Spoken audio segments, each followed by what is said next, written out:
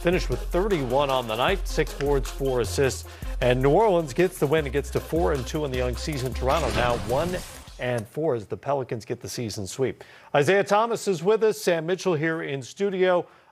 Zeke, Eric Bledsoe, about a 33% three-point shooter for his career, a little less than that in this game. He's the guy you're likely to leave open in that situation as they doubled Brandon Ingram, and he delivered. Yeah, not only did he deliver on the three-point shot, but he also made the defensive stop to get him in that position where he can make the shot. So he came through on both sides of the ball, defensively and offensively. And as Sam knows, when you make a good defensive play, good defense leads to good offense. In Bledsoe's case, good defense led to that three-point shot that he was able to knock down also. Yeah, when you look at this Raptors team right now, Zeke, man, they are just struggling now, man. You watch them, you watch how confident that this Pelicans team is playing with Bledsoe, Lonzo Ball in the backcourt. And Zeke, what people are not thinking about, Stan's an excellent defensive coach, and you have 2 guards now in the backcourt that can play defense. Lonzo Ball is an excellent defender with his size, and Eric Bledsoe, we know how good a defender he is. So when you look at this Pelicans team, they got the defense in the backcourt. They got a big guy in the back, and Steven Adams, that can rim protect. Now they just got to get Ingram and Zion Williamson to pick up their defense. We know they can score the ball. So if they start playing a little bit better defense and their offense continue to develop and grow, New Orleans can make some noise in the way. Stan Van Gundy has always had highly ranked defensive teams. They'll get immediately better on that end of the floor, and then it's a matter of the spacing issues we talked about earlier offensively for the Pelicans. And if Bledsoe knocks down shots like that, on a regular basis, he doesn't have to be a super high percentage three-point shooter. If he can knock him down when he's wide open, that changes things for them. Yeah, and the thing for this Pelican team, they just can't rely on threes. They got to score in a lot of different ways. But you talking about Brandon Ingram and Zion Williamson. Those 2 guys can get to the basket. They can score in a lot of different ways. You got J.J. Redick who can still shoot the eyes out. But if Lonzo and Eric Bledsoe can shoot around that 33 to 36%, just keep it average and keep teams honest, this team can be explosive because they can put the ball in the basket, their defense has picked up, and they got a guy in Zion Williamson that can be unstoppable at times. Zeke, Zion didn't even have a shot in the first quarter. He had only taken, I think, 6 at the half. He had 6 points. He finishes with 21 and 7 boards on the night. What continues to impress me about him is that the Pelicans, be it Alvin Gentry or Stan Van Gundy, don't necessarily have to run a bunch of stuff for him to wind up having productive nights. No, he's a great scorer. And, there are a lot of guys who have come into our league who need the ball pointed to them so they can score. And then there are guys who come into our league who just know how to score. And, I'm going to throw a name out there that most people may not, put with Zion because of the difference in athleticism. But Cedric Ceballos was a guy that just knew how to score. He would find different ways to score the basketball around the basket. He didn't have the athleticism or the wow factor that Zion has, but you can put him in any situation and he would score the basketball. What Zion has done is figured out how to score in this league, but also figured out how to be a great passer and a facilitator. He doesn't force things. So that first half, we saw Zion drawing a lot of attention and also being capable of passing the ball, spreading it out so other people can score. And then at the end of the game, he found a way to put his mark and his stamp on the game for 2-3 minutes, get in scoring positions, and score the basketball. And, when I say Ceballos, I mean, again, I'm just talking about as a scorer who knows how to score, not necessarily comparing them in terms of athleticism and athletes. As an interesting comparison, as a coach, what kind of a luxury is it to have somebody who finds ways to score, whether you're running plays for him or not? Well, that's the best type of player you want right there because you have so many guys on your roster that you have to run sets for to get them going. But when you look at Zion, his ability to score, and this is the thing that's amazing, Matt. He's not making jump shots yet. Right. Wait until he starts making jump shots and get comfortable taking those jump shots. But when he gets his head down and get down here, going to the basket, he's unstoppable because it's not that he's overly big as far as height, right, but he uses his body and he creates so much contact and he's so strong that he can still finish. The one thing, once he gets a 17-foot jump shot down and he's comfortable, because he can shoot, he's just not comfortable right now. But once that comes to fruition, it's going to be lights out. And he's so decisive. When he gets the ball in his hands, he doesn't mess around. He's going to make a move very quickly. There's usually some kind of a spin involved, and he's going to knock somebody off their position and finish at the rim. Have you noticed guys kind of get out the way when he starts spinning? Guys are trying to take charges, but they're moving a little bit because they don't want to take the full force of it. Pelicans get the win 120-116. Eric Bledsoe with the tie-breaking three late, and here he was after the game. Just stay solid, stay solid and help my teammates out as much as I can. And I just came up with a great defensive play, being in the right place at the right time. Eric, how much does your aggressiveness and Brandon Ingram's aggressiveness tonight open up everything on the offensive side of the floor for y'all? It means a lot, man. Everybody got to stay aggressive out there, not just me. We got Zion, Zoe. Zoe's been tremendously, unbelievable. Start of the season, and we need to continue to keep that up. But, it takes a lot of pressure off everybody. Eric, congratulations. Go enjoy this win and fantastic performance tonight. Thank you. They sweep the season series with the Raptors, who are now just 1-4 on the young season. And Sam, obviously you coach the Raptors. You guys are both associated with the Raptors. You coach the Raptors and you do TV work for the Raptors as well.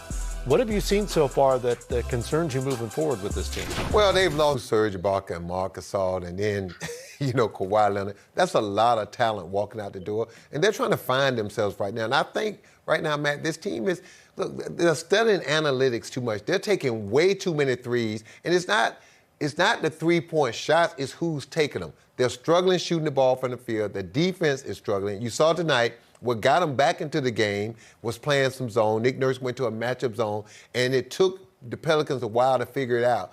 But they're not executing. And then Pascal Siakam, the guy that's supposed to be the franchise player, he struggled in the bubble, and now he's struggled thus far to start the season. Look at this right here. This is when you know a guy is struggling and indecisive.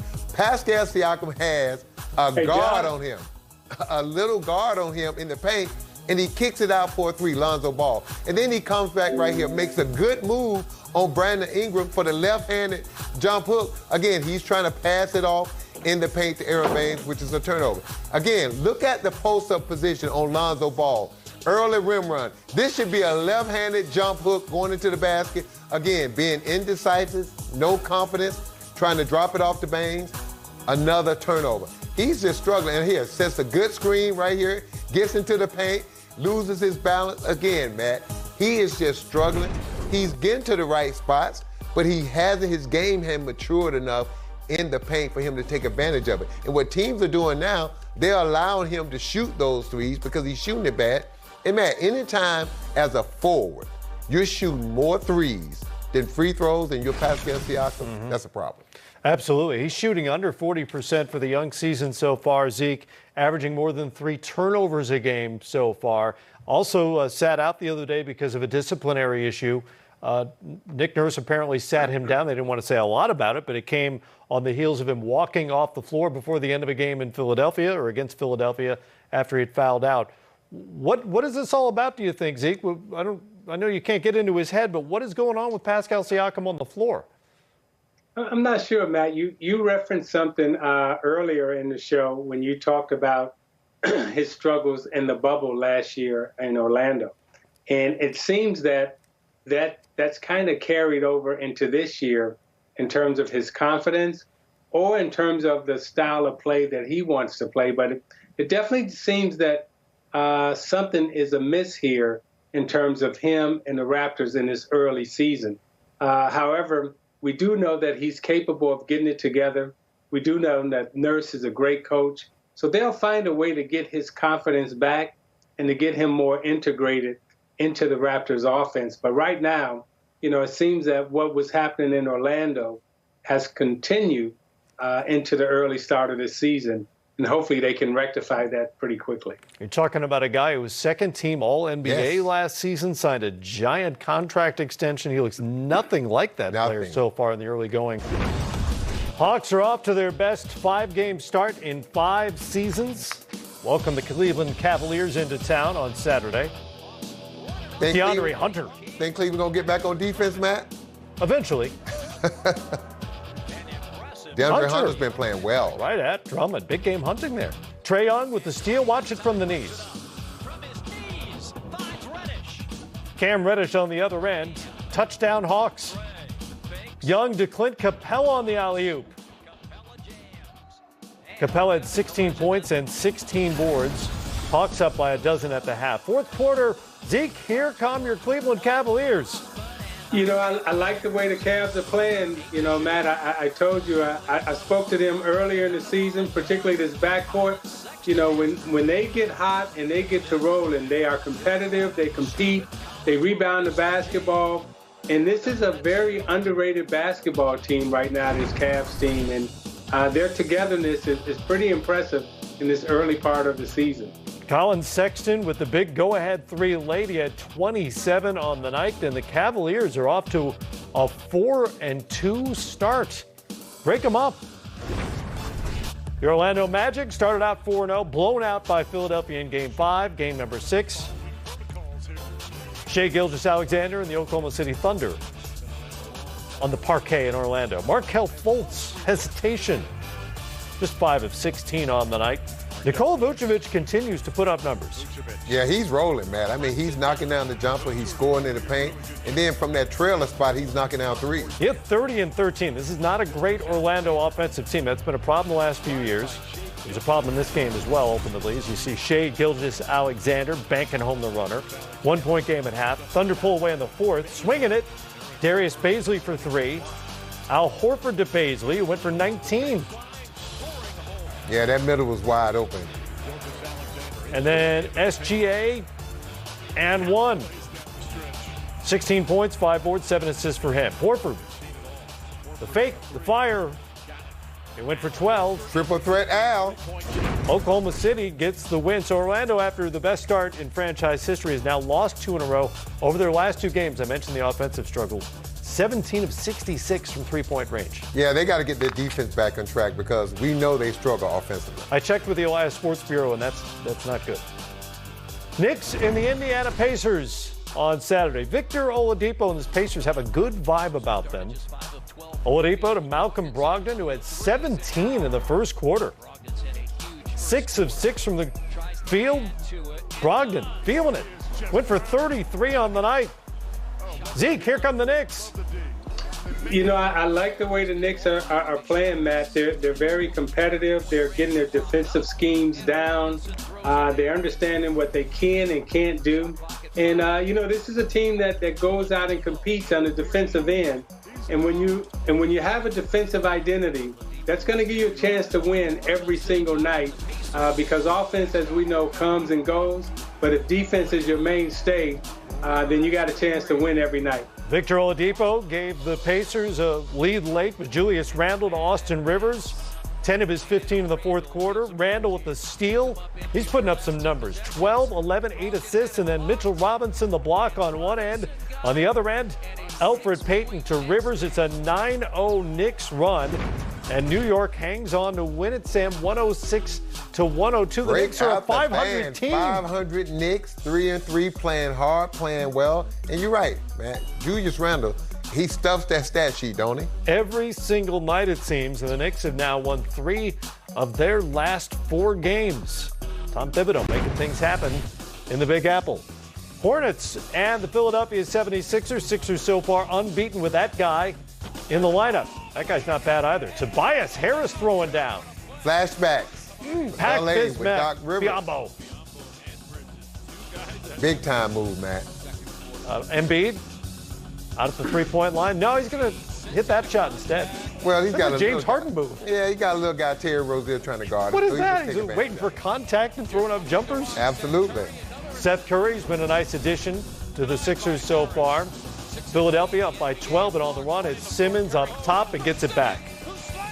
Yeah, Ben Simmons is doing a little bit of everything. He's leading the team defensively, and then when he gets out in transition with the ball, a lot of good things happen. Sixers led by as many as 17 in this game. Terry Rozier putting up numbers for the Hornets. Rozier went for 35 on the night, but Embiid, 7 of 11, 19 and 14 boards for the big guy, and they remain unbeaten with him in the lineup now 5-0 when Joel Embiid plays this season. 127-112, the final count. On the way, a triple header coming your way Sunday here on NBA TV. A look ahead to Some of those games, including the 500 starting at 2:30 Eastern time with the CarMax pregame. Then the Celtics and the Pistons at 3, followed by the Wizards in Brooklyn to take on Kyrie, KD, and the Nets. Trailblazers and Warriors at 8:30 Eastern time. Zeke, let's start with these new-look Nets who come in 3-3 on the young season. Obviously, Kevin Durant and Kyrie Irving are putting up numbers, but they're a 500 team right now. What have you liked? What concerns you? Well, the thing that concerns me right now is that defensively, they just haven't really found their groove. And we know what they're capable of doing offensively. But in order for this team to be an elite team and really get to the championship level that we all believe that they're going to get to, they're going to have to continue to become a better defensive team. Dinwiddie going out definitely hurts them. So finding that third player that can fit with Irvin and also Durant out on the floor as a facilitator is something that they're going to have to find. And also they're going to need a defensive stopper out front. Yeah, maybe depth is a little bit of an issue as well. Look at some of the on-off court numbers for guys like Durant and Kyrie, Joe Harris, Allen as well. And you see that the bench hasn't really gotten it done so far. Obviously, a lot can happen between now and the playoffs in terms of player acquisitions, but is that as simple as improving the roster, or is there something else going on here? Well, Matt, the weird thing about that was supposed to be one of the strengths of this team. Other than Kevin Durant and Kyrie Irving, their bench, when you look at that bench, and Torian Prince and some of those veterans guys that they have, Jarrett Allen, they have a strong bench. But the tough thing about it, when you bring a group of guys like this together and you're trying to get all these pieces to fit with basically a shortened training camp, very little practice time, it's going to take a while because these guys are learning how to play with each other on the fly. So, look, the defense is always last to come around. They're talented. They know they were put together not to compete for a championship, but to win one. And Kevin Durant and Kyrie Irving have won championships. They understand that they got to play defense. So I'm sure the conversations with Steve Nash and Mike D'Antoni, that coaching staff, is about how can we get on the same page defensively. But offensively, we know they're going to be a juggernaut. But it's going to take some time because you got guys who were starting, playing big minutes, now coming off the bench in a reduced role. So it's going to take a while for these players to come together mentally to wrap their mind around their new roles. You know, Blazers are 3-3 now, and Zeke, there are a lot of expectations for this team coming into the season. What's it going to take for them to be as good as some of the hype preseason about a team that is deeper and healthier than it's been in a little while? I think the Blazers are going to live up to all the expectations. I mean, they have talent. They have great leadership. And when you look at that backcourt combination of CJ and Dame, I mean, these are two prime-time players that play well together. Dame has really become one of the leaders, not only in the league, but also socially with his music and everything else. So I really like where Portland is at. I like the next step that they'll be able to take. And Matt and Sam, it's just a matter of can the Trailblazers stay healthy? Because if they're healthy, they're one of the top 2-3 teams playing out in the West.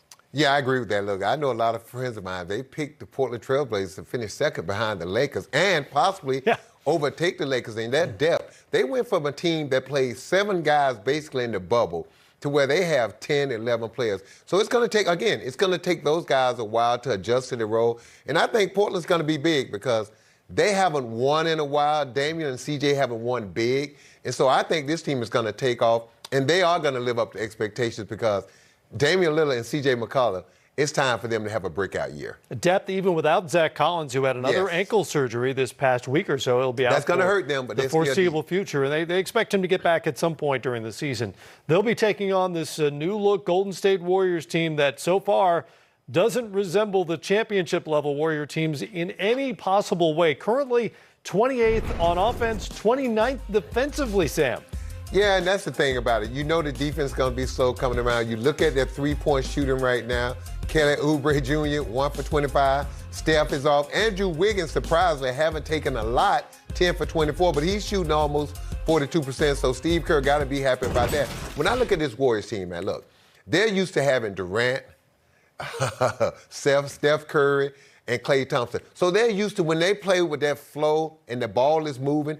When the ball gets to a player's hand with 7 seconds or less, they had 3 guys that can break you down, get a shot for themselves or for their teammates. They don't have that now. Steve Kerr is going to have to slowly start adjusting how he coaches his new Warriors team. He can't coach them the same way he coached them with Klay Thompson and Kevin Durant and Draymond Green. He's going to have to tweak it a little bit. He's starting to do some things a little bit different, run a little more pick and roll, step up pick and rolls with Andrew Wiggins and things, getting Kelly Oubre downhill, getting him more to the basket. But until he figures that out, this Warriors team is going to be up and down a little bit. Different skills than what Steve Kerr had on the roster previously, Zeke. How worried are you about this team right now? I think Sam hit the nail right on the head. Kerr's going to have to find a different way to coach this team because it's not the same team that he's used to coaching in terms of talent and personnel. So they may have to play at a slower tempo. They definitely have become a better defensive team. And they've lost arguably one of the best perimeter defenders in the league in Klay Thompson. So as fast as they normally like to play, they may not be able to play at that up-tempo speed the way they used to play because they don't have the defensive capabilities to really hold off the opponent who's attacking as well. Hey there, Happy New Year to you. Good to have you with us for the latest edition of Game Time presented by Kia. That's the Hall of Famer, Isiah Thomas, right over my shoulder. Sam Mitchell, right across the desk. I'm Matt Weiner. You're you. Let's start with the Raptors and the Pelicans wrapping up their season series in New Orleans. Pascal Siakam back in the lineup. Remember, he sat out the win against New York because of disciplinary issues. Zion Williamson and the Pels, the first of 4 straight home games. Brandon Ingram can do that. And Zeke, Brandon Ingram can do it again. Yeah, I mean, Matt, he is such a skilled offensive player from the perimeter. He can shoot the 3, put it on the floor. But, the Raptors, they're a scrappy team, and they always find a way to get back in it. He had 12 in the first. Fred VanVleet had 14 in the second. Yeah, he's been a bright spot for the Raptors early in this disappointing season thus far, knocking down a 3 right there in that trailer position. Zion Williamson, no points in the first quarter, just 6 at halftime. But here we go. He'll take you on a ride if you let him. First the drive, then up top, the business end of the alley-oop, and the Pelicans have a 1-point lead. Zion to the rim. Again, spin and finish. You think they figured out, Zeke and Matt, that he's going to spin anytime he goes with that right hand, he's coming back to that left? They just haven't figured out how to stop it yet. Pascal Siakam, not his best night or season so far. Disqualified, fouled out, 10 points, 4 of 10 from the field. More on him in a moment. Here come the Raptors, though. Norman Powell for 3, and then Kyle Lowry all the way to the rim. So crafty. 14-2 run gives Toronto a 2-point lead. Ingram would tie it with free throws. Swing it. Eric Bledsoe, 30% three-point shooter this season, but hit it at the right time, and he was 4 of 6 from the great beyond. 19 points and 10 assists for him. Ingram into traffic. He's going to get fouled. That's what great scorers do. Made both free throws and put it away. He had 31, 11 of 14 from the free throw line. And the Pelicans hang on to win it 120-116. They sweep the season series, out-rebounding the Raptors by 12 and hitting 10 more free throws along the way. Stan Van Gundy liking what he sees out of his 4-2 team. Todd, you could have given my post-game talk. That's exactly what I said. And I've said it 2 or 3 times this year about our team. The thing I like the best, there's still a lot to work on, obviously. The thing I like the best is our resilience. I mean, we've hung in there. Obviously, the Phoenix game got away from us. But, the first Toronto game, we were down, had to come back. Great second half. Miami, we got way down, came back, made it a game. And then, they were able to close it out on us. San Antonio did pretty much the same thing. We got ahead, they came back and took the lead, and then we finished it out. So, we're already early in the year having a pattern of resilience, and I think that's obviously a good thing for a team to have. Zeke, we mentioned that Zion Williamson wasn't really involved offensively early in the game when Ingram was hot, but he wound up with numbers, and by the end, the 2 of them had 52 combined points. How good of a 1-2 punch offensively can they be? I mean, they're a great 1-2 offensive punch, and they've been that since college. I mean, when you look at these two guys and their different skill sets, they really do complement each other. Ingram can put it on the floor. Zion scores around the basket. His athleticism, he finds ways to get involved. And this is the great thing about Zion. He doesn't necessarily need to be a ball-dominant person to score 20 points a night. He can find ways to score off of offensive rebounds, tap-ins, lobs, but also when he has it in his hands, he's a very willing passer. He's willing to give it up. He's willing to make others better. So Zion is the perfect 1-2 on any night. He can be your number one, or he can be your number two scorer. He's flexible to be either one. And when you look at Ingram out on the perimeter, shooting the basketball, his steadiness in terms of improving every year offensively with his package makes the Pelicans, with Zion and with Ingram, they got a potent 1-2 package any given night. Should be fun to watch them grow together. As for the Raptors, Sam, 1-4 now on the season. Pascal Siakam, who was second-team All-NBA last year, is really struggling, shooting under 40% and averaging more than 3 turnovers a game. What's going on with him? Well, Matt, that pressure, man. He's not played well since the bubble. It's continued to start early in this season. And to me, he's rushing things. He's shooting too many three-point shots. He's turning the ball over too much. And he's indecisive. Right here, look, you're Pascal Siakam. You got Lonzo Ball on you with 2 feet in the paint, and you're looking to pass it out to a three-point shot. Can't do that. Here's Pascal right here. This is what he's known for. Off the dribble. Brandon Ingram off the dribble, gets into the paint, left-hand jump hook. No, again, indecisive, wants to pass the ball, no confidence. Again, look at where he's catching the ball. Again, a point guard on him in Lonzo Ball. This is an easy drop step, come back, lay the ball off the basket or a jump hook. Again, trying to make the big pass in the paint, no room to make that. And then here he is again. In the paint again, spin move. But again, no balance.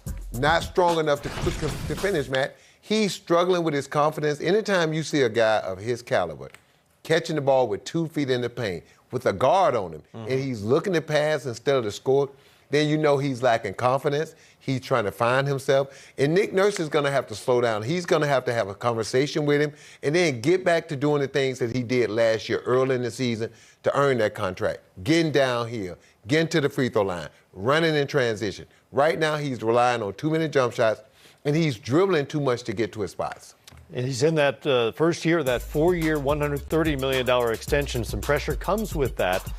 James Harden tweaked his ankle on Thursday against the Sacramento Kings. Was not listed on the injury report, but about 30 minutes before they were to tip again with the Kings in Houston, he was scratched from the lineup. So the Rockets minus Harden, but with John Wall. John Wall on the block. And then it's Buddy Hield for 3 for the Kings. And De'Aaron Fox into the teeth of the Houston defense, hangs and hits. The and one is good. Sacramento up by 2. Eric Gordon swipes it. Christian Wood, good numbers early. Very productive in his Houston career thus far. John Wall. Remember his first regular season game the other day was his first game in more than 2 years that counted. Boy, he looks good. Well, it's been 2 years, but I tell you what, he's just as fast, he's just as quick, and he's probably a little bit more explosive than he was 2 years ago. It was an offensive sprint for both teams in the first half. They were tied at 64. A little tougher to come by points in the second half. Buddy Hield had 17. DeMarcus Cousins with the block. Zeke, John Wall, still fast. I mean, he's still fast, Matt. And this is, to me, I'm watching high school John Wall play again. Just in terms of his enthusiasm, his love for the game, and his ability to just go out and compete every single night. He's trusting his body again. He feels good about himself. And, you know, in this game, as we see De'Aaron Fox, you know, trusting his body with the dunk.